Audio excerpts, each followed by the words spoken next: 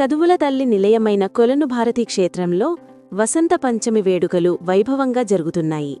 సరస్వతీ అమ్మవారి జన్మదిన వేడుకలు బ్రహ్మముహూర్తంలో సుప్రభాత సేవతో తెల్లవారుజామునుంచి ప్రారంభమయ్యాయి.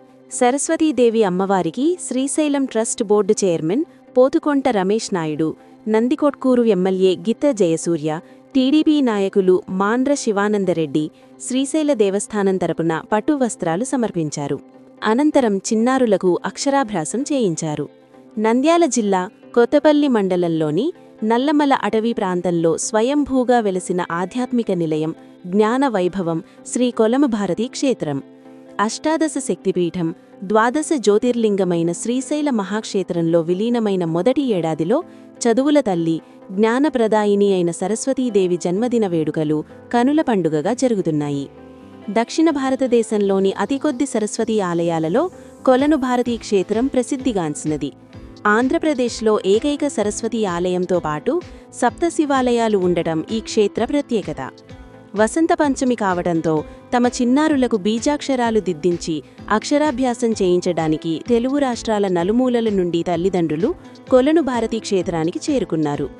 ఆలయ ప్రాంగణంలో ఏర్పాటు చేసిన ప్రత్యేక శాలల్లో వేలాది మంది చిన్నారులు ఓంకారనాదంతో అక్షరలోకంలోకి అడుగుపెట్టారు. అమ్మవారి సన్నిధిలో అక్షరాభ్యాసం చేస్తే తమ పిల్లలు విద్యాబుద్ధుల్లో రాణిస్తారని భక్తుల ప్రగాఢ నమ్మకం. నల్లమల అటవీ అంచుల్లో ప్రకృతి ఒడిలో వెలసిన కొలను భారతీ క్షేత్రం విశ్వభారతి, ఆధ్యాత్మికతకు, అక్షర జ్ఞానానికి నిలయంగా భాసిల్లుతోంది. నిత్యం వేదమంత్రాలతో, భక్తుల సందడితో ఈ క్షేత్రం పరిడవిల్లుతోంది. జ్ఞానానికి అధిదేవత అయిన సరస్వతీదేవి ఇక్కడ భారతీమాతగా కొలువుదీరి భక్తుల కోర్కెలను తీరుస్తోంది. విద్యార్థులు తమ విద్యాభ్యాసం సజావుగా సాగాలని ప్రార్థిస్తూ అక్షరాభ్యాసం కోసం వేలాది సంఖ్యలో ఇక్కడికి తరలివస్తుంటారు. ప్రకృతి రమణీయత మధ్య వెలసిన ఈ క్షేత్రం పర్యాటక పరంగా కూడా ఎంతో ప్రాముఖ్యత సంతరించుకుంది. నల్లమల అందాలను వీక్షిస్తూ భారతీమాతను దర్శించుకోవడం భక్తులకు ఒక మధురానుభూతిని కలిగిస్తోంది.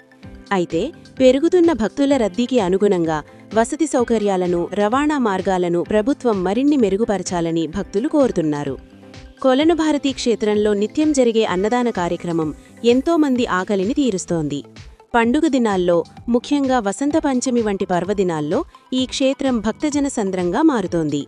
భక్తులకు ఎటువంటి ఇబ్బందులు కలగకుండా ఆలయ అధికారులు చర్యలు చేపట్టారు.